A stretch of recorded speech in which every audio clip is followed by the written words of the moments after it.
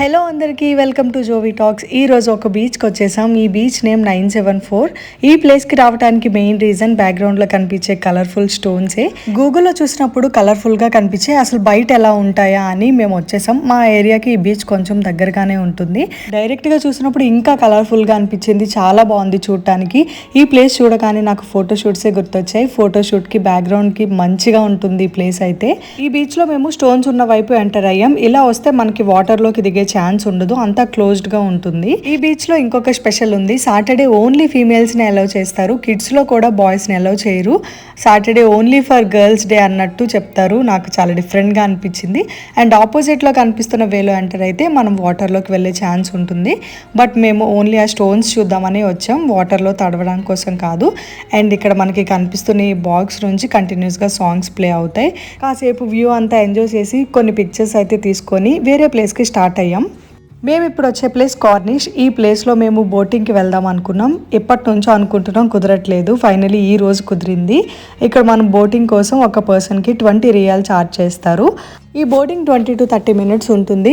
క్రిష్ కూడా ఎప్పుడు బోట్ చూసినా బోట్ ఎక్కుదామా అని అడుగుతూ ఉండేవాడు. సో ఇంకా బోట్ ఎక్కుతున్నాం అనేసరికి ఫుల్ హ్యాపీగా ఫీల్ అయ్యాడు.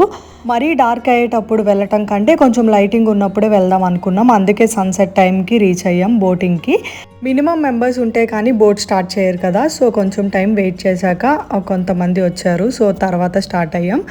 బోట్ స్టార్ట్ అయ్యాక ఇంకా క్రిష్ ఫుల్గా వాటర్ వైపు తిరిగి వాటర్ని అబ్జర్వ్ చేస్తూ ఉన్నాడు. తెలిసే ఏజ్ కదా, అన్నీ ఒక్కొక్క క్వశ్చన్స్ అడగడం స్టార్ట్ చేశాడు. ఇందులో ఫిషెస్ ఉంటాయా ఏంటి అవి ఇవి అని.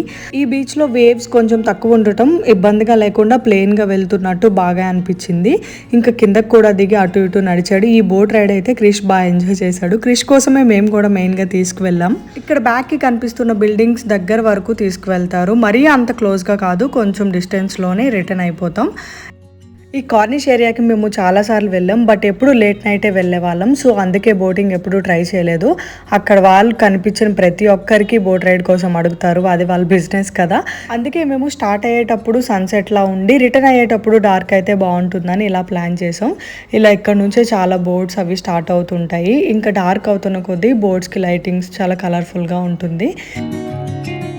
మేము రిటర్న్ అయ్యే టైంకి కొంచెం డార్క్ అయింది. డార్క్ అయితేనే బ్యాక్ ఉన్న బిల్డింగ్స్ చాలా లైటింగ్స్తో బాగా కనిపిస్తాయి. ఈ బీచ్లో ఒక రింగ్ ఉంటుంది, జస్ట్ ఆ రింగ్ వరకు తీసుకువెళ్తారు. అక్కడ నుంచి మళ్ళీ బ్యాక్ రిటర్న్ అయిపోతాం. ఈ రింగ్ ఒక్కొక్క డైరెక్షన్లో ఒక్కొక్కలాగా కనిపిస్తూ ఉంటుంది. ఆ డైరెక్షన్స్ చేంజ్ అయ్యే కొద్దీ దాని షేప్ కూడా చేంజ్ అవుతూ ఉంటుంది.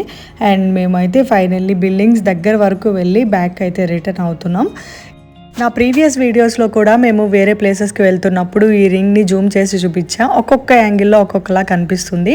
ఈ రింగ్ ఫిఫా వరల్డ్ కప్ టైంలో ఓపెన్ చేశారు. బోటింగ్ అయ్యి రిటర్న్ అయ్యేసరికి ఫుల్గా డార్క్ అయిపోయింది. ఈ డార్క్లో మనకి ఆ పర్పుల్ బిల్డింగ్ చాలా బాగా కనిపిస్తుంటుంది. ఇంకా మేము బయటికి వెళ్తున్న టైంలో క్రిష్ మళ్ళీ బోట్లో వెళ్దామని, అప్పుడే పక్కన ఇంకో బోట్ స్టార్ట్ అవుతుంది, మళ్ళీ బోట్లో వెళ్దాం అన్నాడు. సరే ఇంకొకసారి వెళ్దామని ఊరుకోబెట్టి తీసుకొచ్చాం. మనకి బీచ్లో కనిపించిన రింగ్ ఇదే. ఈ రింగ్ ఎగ్జాక్ట్ షేప్ ఇలా ఉంటుంది. ఫిఫా వరల్డ్ కప్ ఖతార్ 2022 ఈ ప్లేస్లో ఇవన్నీ వరల్డ్ కప్ టైంలోనే ఓపెన్ చేశారు.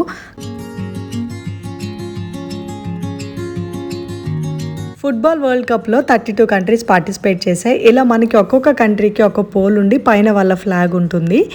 32 ఫ్లాగ్స్ ఉంటాయి. గేమ్లో ఏ టీం డిస్క్వాలిఫై అయితే ఆ టీం ఫ్లాగ్ని తీసేసేవారు.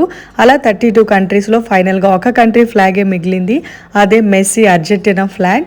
వరల్డ్ కప్ టైంలో ఖతార్లో సెలబ్రేషన్స్ చాలా బాగుండేవని రవి ఇప్పటికీ చెప్తూ ఉంటాడు. ఈ ఫుట్బాల్ మ్యాచెస్ కోసమే మా అన్నయ్య వాళ్ళు ఖతార్ కూడా వచ్చారు. బట్ నేను ఆ టైంలో ఇక్కడ లేను. క్రిష్కి అప్పటికి పాస్పోర్ట్ ఇంకా అవ్వలేదు, ఇండియాలోనే ఉన్నాం. ఆ టైంలో నేను ఉండుంటే బాగున్నాను అనుకున్నాను. ఆ సెలబ్రేషన్స్ అన్నీ నేను కూడా ఎంజాయ్ చేసేదాన్ని. ఖతార్లో ఈ స్కూటర్స్ చాలా ఎక్కువగా ఉంటాయి. వీటిని ఇక్కడ బర్డ్ అంటారు. ఇక్కడ ఒక లింక్ ఉంటుంది, జస్ట్ స్కాన్ చేసి రీఛార్జ్ చేసుకోవటమే. పర్ అవర్ ఇంత అని పే చేసుకొని డ్రైవ్ చేసుకోవటమే. ఇది చాలాసార్లు ట్రై చేద్దాం అనుకున్నా, బట్ క్రిష్తో కుదరలేదు. ఇక్కడ సైకిల్స్ కూడా ఉంటాయి, ఎప్పుడైనా ట్రై చేద్దామని అనుకుంటున్నా. ఈ ఏరియా ఎప్పుడు ఫుల్ హడావిడిగా ఉంటుంది. వీకెండ్లోనే కాదు, వీక్ డేలో కూడా అలానే ఉంటుంది. ఒకవైపు బీచ్, ఇంకోవైపు పార్క్ ఉంటుంది. సో ఫ్యామిలీస్ ఎక్కువగా వచ్చి ఎంగేజ్ అవుతారు. అక్కడ పిల్లలందరూ ఫుట్బాల్ ఆడుకుంటుంటే క్రిష్ కూడా కొన్నిసార్లు ట్రై చేశాడు వాళ్ళతో ఫుట్బాల్ ఆడటానికి. మేము కూడా కాసేపు అలా కూర్చొని రెస్ట్ తీసుకుందాం, క్రిష్కి స్నాక్స్ ఏమైనా తినిపిద్దామని కూర్చున్నాం. ఇంటికైతే వెళ్ళిపోదామని అలా ఒక స్టార్టింగ్ పాయింట్ వరకు నడుస్తున్నాం. ఇక్కడ కిందకి దించితే ఫాస్ట్గా రన్నింగ్ చేస్తున్నాడని రవి కాసేపు ఇలా ఎత్తుకున్నాడు. ఈ corniche area opposite road cross అయితే సూక్ వాకిఫ్ అనే ఏరియా ఉంటుంది. నేను ఆ ప్లేస్కి కూడా వెళ్ళిన వీడియో ఛానల్లో పోస్ట్ చేశాను. ఇన్ కేస్ అది ఎవరైనా చూడకపోతే డిస్క్రిప్షన్లో లింక్ ఉంటుంది, చూసేయండి. యాక్చువల్గా ఈ కార్నిష్ అనే ఏరియాకి స్టార్టింగ్ పాయింట్ ఇదే. మనకి ఒక షెల్లో ఒక రియల్ పర్ల్ ఉంటుంది కదా, అలా ఇది డిజైన్ చేసి ఉంటుంది. ప్లేస్ అయితే చాలా బాగుంటుంది చూడటానికి. అక్కడ చాలామంది పిక్చర్స్ కూడా తీసుకుంటారు. వాటర్ ఇలా కంటిన్యూస్గా ఫ్లో అవుతున్నట్టు ఉంటుంది. సో నేను క్రిష్ కూడా కాసేపు అక్కడ కూర్చున్నాం. క్యాబ్ బుక్ చేస్తున్నాడు రవి. క్యాబ్ బుక్ అయ్యేంత వరకు మేము అక్కడ కూర్చున్నాం. సో హోప్ ఈ వీడియో మీరు ఎంజాయ్ చేశారు అనుకుంటున్నాను. నచ్చితే లైక్ చేయండి, షేర్ చేయండి, సబ్స్క్రైబ్ చేసుకోవడం అస్సలు మర్చిపోవద్దు. మళ్ళీ ఇంకొక మంచి వీడియోతో కలుద్దాం. అంతవరకు బాయ్ బాయ్.